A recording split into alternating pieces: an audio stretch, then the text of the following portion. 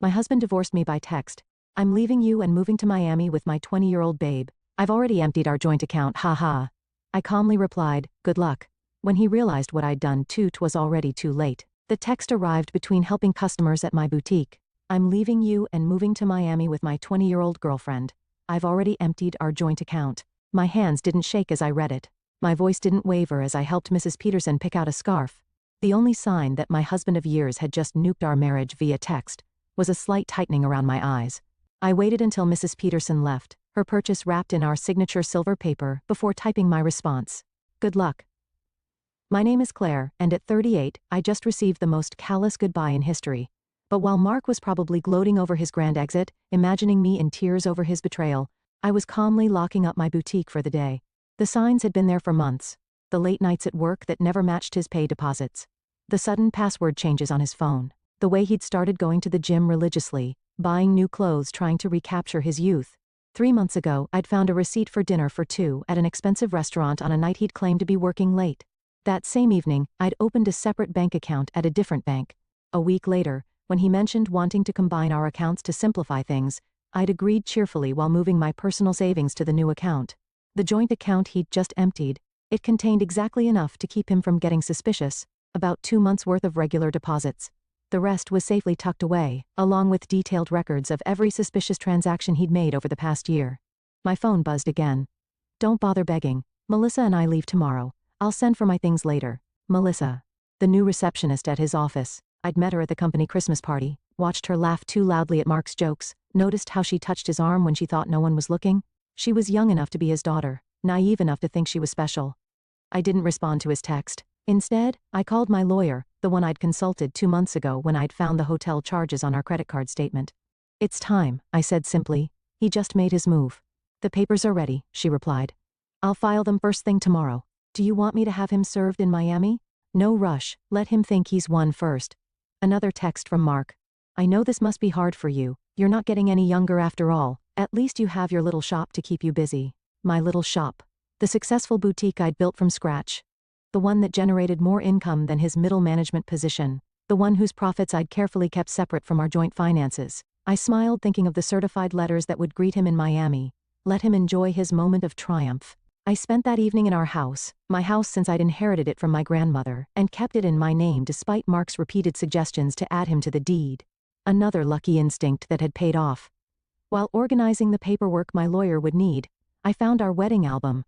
Mark looked so different then, before his midlife crisis had turned him into a caricature of his former self. These days, he wore shirts too tight for his softening middle.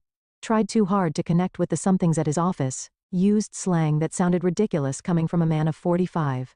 My phone kept buzzing with text from him, each one more condescending than the last. I've been planning this for months. Melissa understands me in ways you never could. You'll be fine. Maybe you'll find someone more your own age. Already told my family. They agree we grew apart. It's nobody's fault, really. I screenshotted each message, adding them to my evidence folder. Let him dig his hole deeper. My lawyer would love his casual admission of premeditation, his gleeful announcement about emptying our account. The last text caught my attention. BTW, I used the joint card to book our flights and hotel. Consider it my parting gift, LOL. Perfect. I called the credit card company. Mrs. Harrison speaking.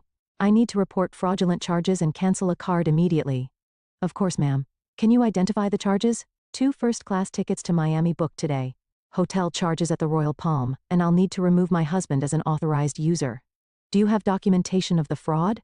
Text messages from my husband admitting he used our joint card to book travel with his girlfriend after emptying our bank account. I'll be happy to forward them. The representative's professional tone couldn't quite hide her satisfaction as she canceled the charges.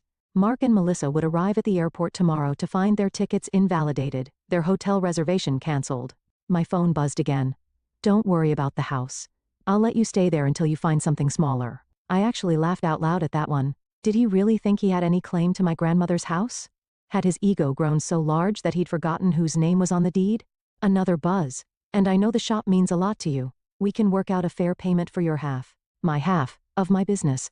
That I'd built myself, funded myself, grown myself, while he complained about my long hours and called it my hobby. I poured a glass of wine, the good stuff I'd been saving for a special occasion. This qualified. Tomorrow, Mark would learn some hard truths about property law and separate assets. But tonight, I'd enjoy the quiet and plan my next chapter. Morning brought a flurry of increasingly angry texts from Mark. What the heck did you do to our credit card? The airline won't honor our tickets. The hotel canceled our reservation. Answer me. I silenced my phone and headed to my boutique. Friday was always our busiest day, and I had a new shipment of designer handbags to unpack. Life goes on, even when your husband runs off with a receptionist young enough to be his daughter. Around noon, his mother called. Claire dear, Mark told us everything, about how controlling you've been, how you drove him away. He says you're being vindictive now, causing problems with his travel plans. I put her on speaker while I arranged a window display. Did he mention emptying our joint account and charging tickets for him and his girlfriend on our credit card? Silence. Then, well, he said you left him no choice. That you'd been cold and distant. Barbara, I have his texts. Would you like me to read them to you? The one where he bragged about taking our money, or maybe the one where he mocked my age? Another pause. He did seem a bit cruel. I told him that text message was inappropriate. I appreciate the call, Barbara. I've always liked you, but I think it's best if we end this conversation now. My lawyer has advised minimal contact with Mark's family during the proceedings. Proceedings? Already? Goodbye, Barbara. By late afternoon, Mark's sister, Amanda, was spreading family gossip through mutual friends. Apparently, Mark and Melissa were stuck at a budget motel near the airport. Their Miami dreams temporarily derailed. He'd tried using his personal credit cards, but those had been maxed out for months. Another red flag I'd noticed. My lawyer called with an update. The emergency hearing is scheduled for Monday. Given his admission of emptying the joint account and the documented credit card fraud, we're in a strong position to freeze all remaining assets. Has he been served yet? Not yet. But he'll get the papers at his new motel address. Speaking of which, his girlfriend's social media is providing excellent evidence. She's been posting about their adventure all day, including some choice comments about you. I smiled thinking of my own documentation, a year's worth of suspicious charges, hotel receipts, text messages that proved premeditation. Mark had been so focused on his grand escape that he'd never considered I might be watching, waiting, preparing. My phone buzzed with another text. You think you're so smart. But I made copies of all the boutique's financial records. Half that business is mine. I forwarded the text to my lawyer, adding it to the growing file of Mark's mistakes. Let him learn the hard way about separate assets and business ownership. Sometimes the best revenge is simply being prepared. The emergency hearing on Monday was everything I could have hoped for. Mark showed up in his new young wardrobe. Designer jeans too tight for his age, a blazer that screamed midlife crisis. Melissa waited outside, her youth painfully obvious under the harsh courthouse lighting. My lawyer presented our evidence methodically. Mark's gleeful text about emptying our account, his credit card fraud, his documented history of hidden expenses. Each piece carefully collected over months of quiet observation. Your Honor. Mark's hastily hired lawyer attempted. My client admits to some rash decisions, but Mrs. Harrison's actions have been vindictive and calculating. Calculating? My lawyer countered. You mean prudent? My client protected her separate assets and maintained detailed records of her husband's suspicious behavior. That's not vindictive, that's smart business. The judge reviewed my documentation, the separate property deed to the house, the boutique's incorporation papers in my name only, the careful separation of business and personal finances that Mark had always complained about. Mr. Harrison, the judge addressed Mark directly. You admitted via text message to deliberately emptying a joint account and using shared credit cards to fund a trip with your girlfriend. Do you deny this? Mark shifted uncomfortably. I was just trying to make a clean break. By committing financial fraud? The judge raised an eyebrow. And now you're claiming rights to property that documentation shows is clearly separate from marital assets? The business grew during our marriage. Mark's lawyer tried again. My client is entitled to the business was established before the marriage. My lawyer interrupted. And Mrs. Harrison maintains strict separation of business and personal finances throughout. We have documentation of every penny invested and earned. I watched Mark's face as reality started sinking in. He thought this would be easy. Empty our accounts, run off with his girlfriend, maybe claim half my business in the divorce. He'd never bothered to understand my insistence on keeping things separate, had mocked my careful bookkeeping as obsessive. The court finds sufficient evidence of financial misconduct, the judge announced. All shared assets are frozen pending final dissolution.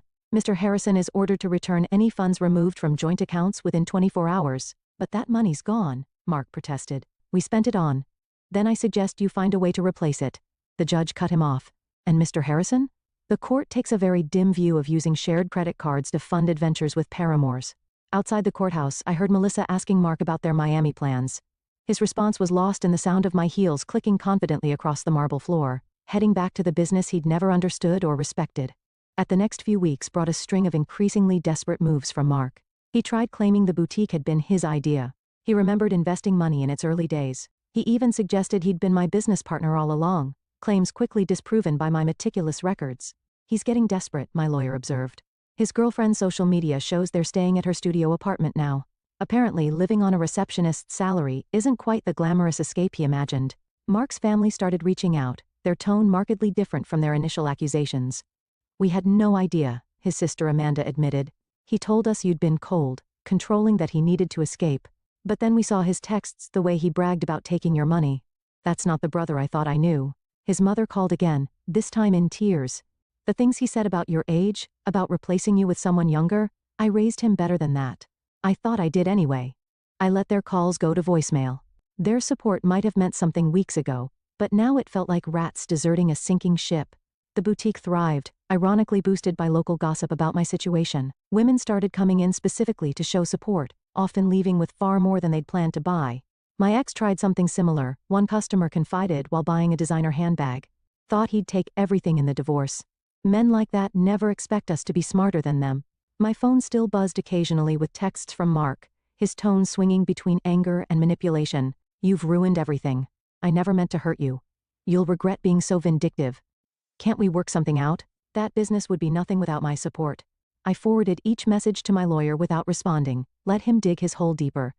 Through the grapevine, I heard Melissa was having second thoughts. Apparently, sharing her studio apartment with a middle-aged man who couldn't afford his own place wasn't the romantic adventure she'd imagined. The age gap that had seemed exciting during secret hotel meetings felt different in the harsh light of reality. She posted about toxic relationships and learning from mistakes yesterday, my lawyer mentioned during an update call, and removed her relationship status this morning. I almost felt sorry for Mark, almost. But then I remembered his after telling me he'd emptied our account. The casual cruelty of his comments about my age. The way he'd assumed I'd be helpless without him. Instead of pity, I felt something else. Pride. Pride in my foresight, in my quiet strength, in my ability to protect myself while he underestimated me. The final divorce hearing painted a very different picture from Mark's imagined triumph. Gone was his cocky attitude, replaced by barely concealed panic. Melissa was noticeably absent. She'd moved on to a CO worker her own age, according to office gossip.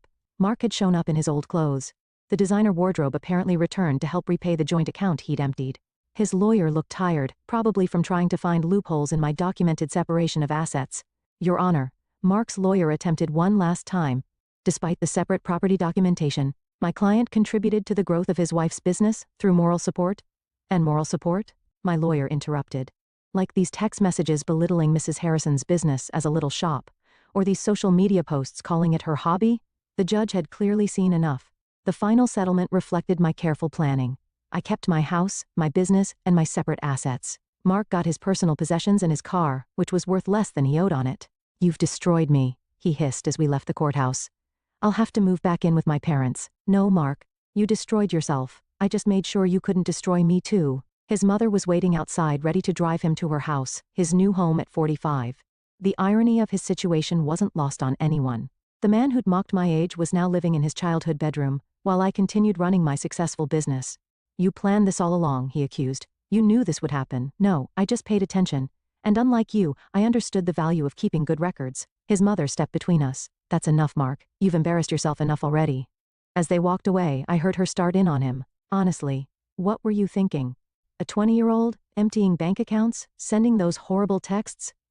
I watched them disappear into the parking lot feeling nothing but relief. Mark had thought he was writing the ending to our story with that cruel text. Instead, he'd merely set my carefully laid plans in motion. My phone buzzed, not with texts from Mark this time, but with notifications of new orders from my boutique's website. Life was moving forward, just not in the direction he'd imagined. Part 3. Segment 1. 600 words. 6 months after the divorce was finalized, my boutique had expanded to a second location. The irony wasn't lost on me. While Mark struggled to rebuild his life, the little shop he'd dismissed was thriving. I'd hired 3 new employees and launched an online store that was gaining traction nationally. News of Mark's situation trickled back through mutual acquaintances. He'd tried dating apps, but found women his age weren't interested in a middle-aged man living with his parents. Younger women, having heard about his history through office gossip, steered clear. Melissa had apparently warned her friends about him, sharing screenshots of his desperate attempts to win her back after she'd left. His career suffered too. The company's HR department had launched an investigation into his relationship with a subordinate, resulting in a formal reprimand. The promotion he'd been expecting went to someone else. someone who didn't have a history of inappropriate relationships with reception staff. He tried to claim age discrimination, Amanda told me during an unexpected visit to the boutique. Said they were punishing him for dating someone younger. HR just added that complaint to his file. I was surprised to see his sister in my store, but her presence spoke volumes about how thoroughly Mark had alienated his own family. I know we didn't support you at first, she admitted, running her fingers over a silk scarf. He played the victim so well, but watching how he handled everything, how he acted afterward, I'm ashamed we ever believed him. My lawyer kept me updated on Mark's continued attempts to challenge the divorce settlement. Each petition was denied. His claims of unfair distribution dismissed based on the evidence of his own actions. He actually tried arguing that his text about emptying the account was just a joke, she told me, laughing. The judge asked if made theft less illegal. The boutique's success brought unexpected validation. Local business magazines wanted to feature my story, not as a scorned wife, but as a savvy businesswoman who'd protected her interests. Young entrepreneurs asked for advice about keeping business and personal finances separate. The best protection is preparation, I told one young woman who reminded me of Melissa, and always trust your instincts. Mark's mother called occasionally, usually after he'd done something particularly self-destructive. He'd tried online gambling, hoping for a quick fix to his financial problems. He'd gotten involved with a pyramid scheme that promised fast returns. Each attempt to recover his former lifestyle just dug him deeper into trouble. I don't know where we went wrong with him. She sighed during one call. His father and I offered to help him get back on his feet if he'd just take responsibility for his actions. But he's still blaming everyone else. You, Melissa, his company, the judge. I listened politely but maintained my distance. Their family drama wasn't my problem anymore. My life had moved forward, filled with plans for a third boutique location and a possible expansion into luxury accessories. The only reminder of Mark's impact on my life was a framed screenshot hanging in my office, his final text before I blocked his number. Have fun with your little shop, at least it'll keep you busy in your old age. Below it sat my latest business award, proof that sometimes the best revenge is simply succeeding on your own terms. 1 year after the divorce, I hosted a grand opening for my third boutique location. The event attracted local media, and the story they wanted to tell wasn't about my failed marriage. It was about a successful businesswoman expanding her brand. Mark's betrayal had become a mere footnote in my success story. During the event, Melissa unexpectedly walked in. She looked younger than ever. Or maybe I just felt that much stronger. She shifted uncomfortably, clutching her purse like a shield. I owe you an apology, she said quietly. I believed everything he told me, about how you were cold, controlling, how you didn't support his dreams. Then I watched him try the same manipulation tactics on me when things got tough. I continued arranging a display of designer sunglasses. Those weren't his dreams, Melissa. They were escapes. There's a difference, I know that now. She paused, then added, he tried to move in when you froze the accounts. Thought my studio apartment would be temporary. After 2 weeks of him complaining about the size of my closet and suggesting I take out a loan for a bigger place, I understood what you meant about the difference between dreams and escapes. I actually laughed at that. Let me guess. He had big plans but no way to fund them? Exactly. Everything was going to work out once his investments paid off, once he got that promotion, once his cryptocurrency definitely increased in value. She shook her head. I'm dating someone my own age now. We have student loans and a small apartment, but at least we're building something real. After she left, my assistant manager whispered, "Was that the girlfriend?" "No," I replied. "That was just another woman who learned the same lesson I did." Speaking of lessons, I gestured to a young couple examining our designer handbags. "Let's talk about your idea for expanding our accessories line." The boutique had become more than just a business. It was a symbol of independence, of resilience, of the power of preparation. Young entrepreneurs often sought my advice, and I always emphasized the importance of protecting their assets. Mark's mother called one last time, not to discuss Mark, but to thank me. "You taught our family an important lesson," she said, "about enabling bad behavior, about making excuses for cruelty." Mark's still living at home, still blaming everyone else for his problems. But we're not defending him anymore. That's your legacy to our family, showing us the difference between supporting someone and enabling them. I thought about that legacy as I reviewed plans for a fourth location. Mark had intended to diminish me, to trade me in for a younger model and take half of everything I built. Instead, he'd inadvertently pushed me to become even stronger, more successful. My phone buzzed with a text from my lawyer. Mark filed another petition to revisit the settlement. Judge dismissed it immediately and ordered him to pay court costs. Thought you'd enjoy that. I smiled, thinking of him in his childhood bedroom, still trying to rewrite an ending that had been determined the moment he underestimated me. Sometimes, the best revenge isn't about getting even. It's about getting better. 2 years after Mark's cruel text message, I received an invitation to speak at a women's business conference. The topic wasn't divorce or betrayal. It was about building and protecting a successful business. My story had evolved from cautionary tale to inspiration. During the Q&A session, a woman asked about keeping business and personal finances separate. My husband says I'm being paranoid, that marriage means sharing everything. My ex-husband said the same thing, I replied, right up until he tried to claim half my business in our divorce. Trust your instincts. Protection isn't paranoia. The boutique chain had grown to 5 locations, each more successful than the last. The little shop Mark had mocked now employed 30 people and had been featured in several national magazines. Through mutual friends, I heard Mark had finally moved out of his parents' house into a small apartment above a garage. He'd had to take a lower-paying job after his former company downsized, eliminating his position during restructuring. His dating profile still listed him as young at heart, though his profile photo was clearly outdated. Melissa ironically had become a regular customer at my original boutique location. She'd earned her business degree and started her own social media consulting company. You inspired me, she told me once, showing how a woman can build something lasting instead of falling for empty promises. I kept Mark's cruel text message framed in my office, not as a reminder of pain, but as proof of how far I'd come. Below it hung a sign that read, "Success is the best revenge." At the 5-year anniversary celebration of my original boutique, I stood addressing my employees and loyal customers. The space had been transformed from a single little shop into the flagship store of a thriving business empire. Mark's mother attended, though I hadn't sent her an invitation. She waited until the crowd thinned to approach me. "I saw Mark yesterday," she said, smoothing her designer dress, one she'd bought from my store.